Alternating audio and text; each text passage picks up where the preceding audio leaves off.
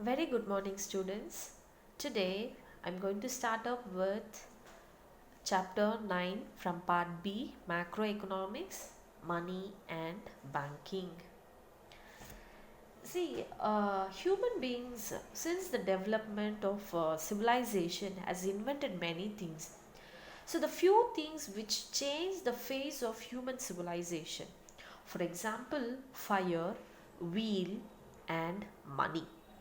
See, now we are living in a modern world. Nobody, we cannot imagine this world without the money. So this money has become indispensable part of the economy. See, whether you take a household or you take a society, you take a government, you take any institution, we cannot be separated. We cannot think or imagine without the money. So, in this chapter, what are the concepts we are going to discuss means that is, we are going to study about what is money and what are the functions of money and who is supplying this money and what are the motives behind the demand for money, why the people wanted to have money, and how to measure the supply of money and who will manage this money supply. So we have certain financial services to public. Who will provide this financial services, whether the private sector or public sector? So what are banks? The financial sector means we think of the banks, and that banks have many roles, depends upon the roles. So what is their role in their money supply and how the credit system is controlled and what kind of a banks we have and who's controlling all that, everything we are going to discuss in this chapter. See, human, actually in the beginning, now let us talk about the introduction of the concept called money. Okay, next part is banking, so that will go later.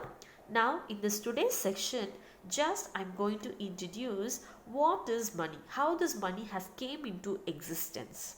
Okay, just simply will talk about the introduction of money. See, in the beginning, that is in ancient times, human wants were minimum. See, every humans have wants. Okay, so that wants were minimum. There existed a simple economy. In such an economy, exchange took place through the barter system.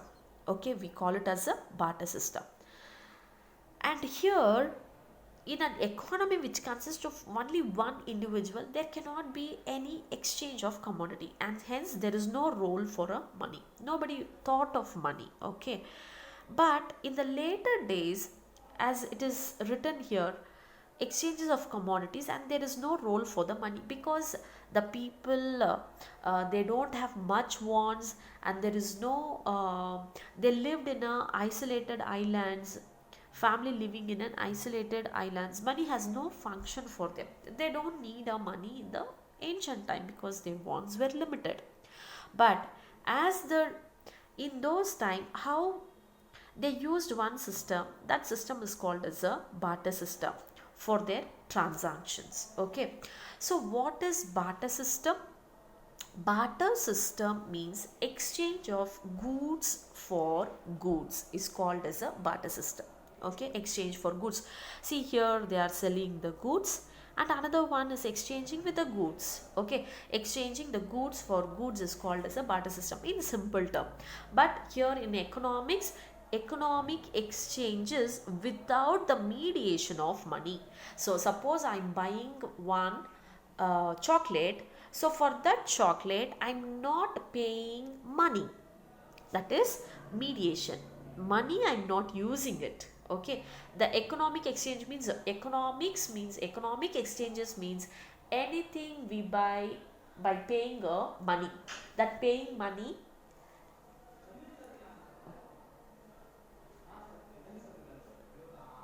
by paying money, Here we have that economic exchanges, that paying money will become an economic exchanges. That exchanges took place without the mediation of money is called as a barter system. And here in the barter system we have certain limitations, or we have certain difficulties in this barter system. So what are the difficulties here we have means, barter system suffered from many drawbacks such as lack of double coincidence of wants, and lack of common measure of value.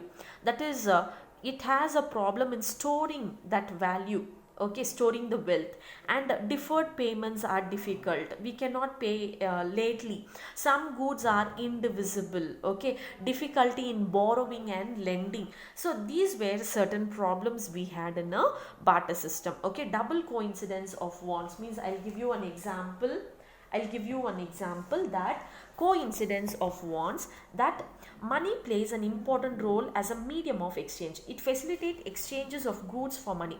It has solved the problem of barter system. Barter system means here barter exchanges become extremely difficult in a large economy because of the high cost people would have to incur looking for a suitable persons to exchange their surplus. Suppose if I have more tomatoes and I have to keep certain level, for example 10 units I am keeping, the remaining 990 units I have to put for a sale. The surplus I've exchanged for other goods surpluses.